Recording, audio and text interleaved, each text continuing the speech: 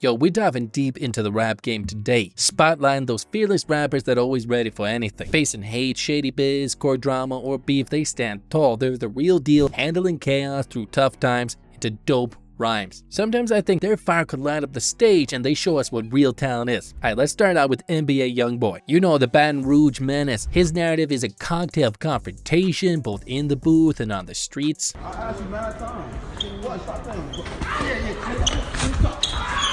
He dropped albums like I Rest My Case and Al YoungBoy, but man, the drama outside the studio is just as loud. The cat's been in and out of the courtroom. With a recent scare in a federal court case, yeah, he dodged the bullet. Hey, but now she just being this. What the fuck you gonna detain me if you ain't the camera? Man, touch you. What? Man, get my baby on that. You wanna do something with me? Stop. Get my baby. You just get my baby. Turn around. Turn around. But he's got other stuff going on. He's got disputes with other artists like J. Cole, just add to that storm, making fans, including me, wonder if he's really ready for anything or just ready for more beef. Hey, hold that played it cold like he was gonna do a feature. So I text this line the muscle sign. I swear it's gonna be nice to meet you. Now let's slide on over to Chi-Town, you know, where Chief Keef, the drill maestro, reigns with a cold fist. He's known for his ruthless vibes. Keef's got a legacy of chilling verses that echo through the dark alleys of the Windy City. An ounce of me in blunts is like a whole pack of wood, so that's 5 blunts. You smoke a whole fucking ounce with 5 blunts? His stunt was announcing Almighty Soap, but man, the project's been on a delaying tray. Almighty Soap too. Huh? What am I to do? Cause they always in Paris screaming for this shit. I'm on it. Not to mention his online clashes, like the one where he trashed a leaked collab with NBA YoungBoy, and the time he crushed a young MC's dream on social media. That's cold, bro. I mean, he's showing a side that's ready to pounce, but not always for the right reasons. I'm not looking down, I'ma look up. Not looking down, trying to look up. I'm gonna bring in now TK to tell the young gun whose readiness to bolt from the law catapulted him to fame with the race. Papa nigga, then I go out my way. But yo, the story got dark. Reality bit hard, and the star found himself caged up behind cold bars. Hey, that nigga TK, boy. Tamor McIntyre ever so slightly rolled his head to the side as a judge announced his 55-year prison sentence for the murder of Ethan Walker. His shouts from the clink saying he's like a hamster in a cage, and those ice-cold tales of seeing death up close while locked away. He's spilling the real tea on us now about a young soul caught up in a storm of violence and sorrow, man. Now let's move on to Bobby Schmurda, the Brooklyn Dynamo, whose readiness to face the storm saw him clash with the law, halting his rise to stardom. I was trying to set up Australia on my tour at 400 fucking K, bro. But I can't go because Australia do not let in felons. And his recent adventures post-prison show a glimpse of reform, but the roots of violence, they run deep. Hold on, pause that. Pause that. Word of my dead grandmother, I'm sober. It's local. Some violence. And yo, Schmurda's tail flip in his life script after some grimy deeds unveils a dark shadow that still creeps in his now. Every fresh beat he drops, like Rats or that EP Bad Boy, is just a harsh echo of a dope skill nearly swallowed by the street's dark side, you know? I gotta rewind now to the summer of 2018, and 21's chilling with his crew at a lavish party in ATL. Everything's lit until some dude decides to step over the line with a lady from Savage's squad. A brawl erupts, and soon enough, TMZ's airing footage of a guy catching fists while everyone around is just watching it unfold. But 21, yo, he ain't about to let things slide. He whips out his piece, reminding everyone that fame hasn't dulled his edge. He's still street, yo. They say in the 7th grade, you got suspended from middle school for gun possession. Yeah. And you mentioned that in a song called No Heart. Yeah. That was real? Yeah.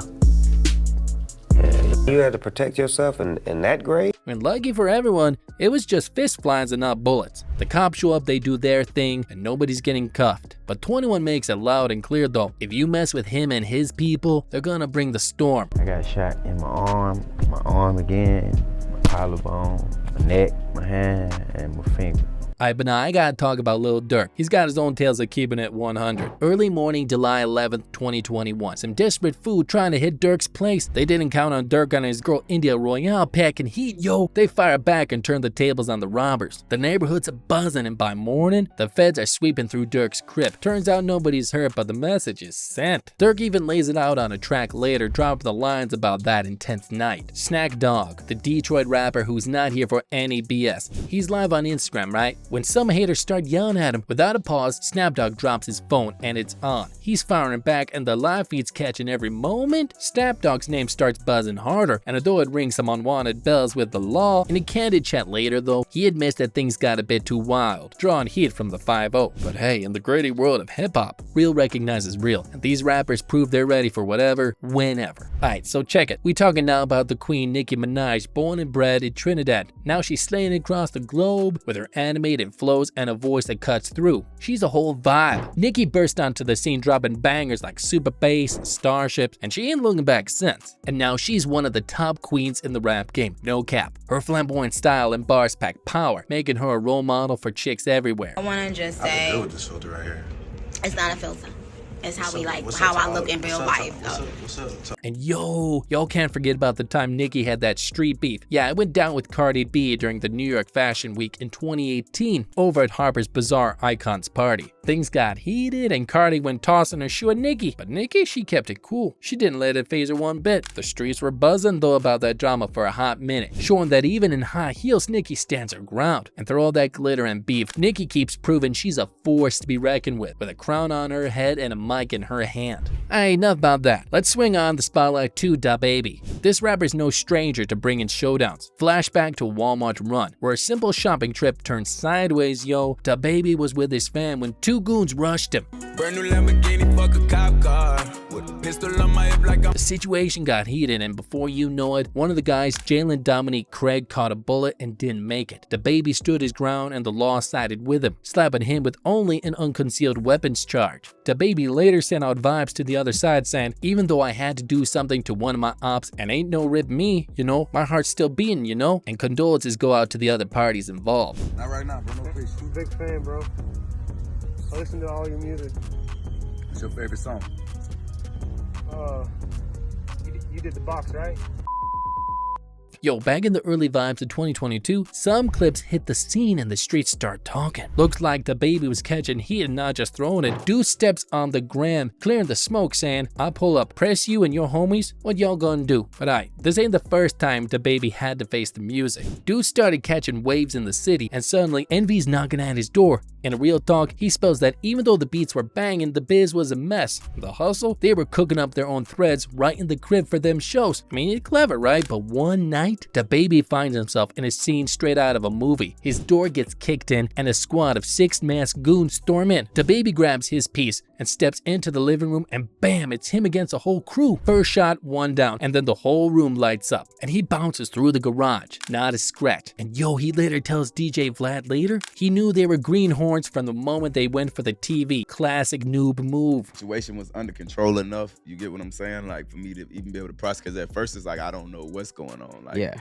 I wouldn't expect nobody to jump a fence at my house, you know what I'm saying? Now, on the very night of the home invasion, Da Baby was out hanging online with the crew, which got them burglars thinking the nest was empty, yo. But alright, let's switch the beat. Late 2020, Lil Baby getting real on Hot 97, talking about how Pop Smoke's exit hit him hard, made him step up his game, stay sharp. But let's flash forward. Lil Baby's seen out in the wild, Glocked tucked in the hoodie while posing with fans. And then another flick pops up. It's him and Bun B, and Lil Baby holding tight, eyes telling a story. Before Pop Smoke and even after Pop Smoke, it's already on my mind that as a young artist, we already targets, you know what I'm saying? And then another scene unfolds at an Atlanta gas station. Fans are rolling cams, and there's Lil Baby, all eyes clutching his strap. It's a cold world, and Lil Baby knows the score. Whether it's on the mic or in the streets, you gotta stay ready, cause this game ain't for the faint-hearted. I come from the bottom of the bottom, I shine right up through the fucking ceiling.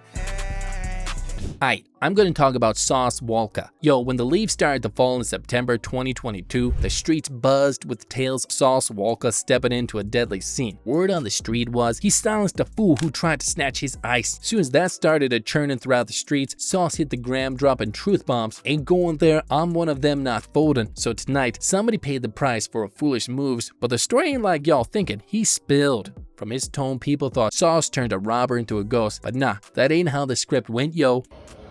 Them PPP loans ran out. We just started to hit licks. Bro, almost got caught lacking.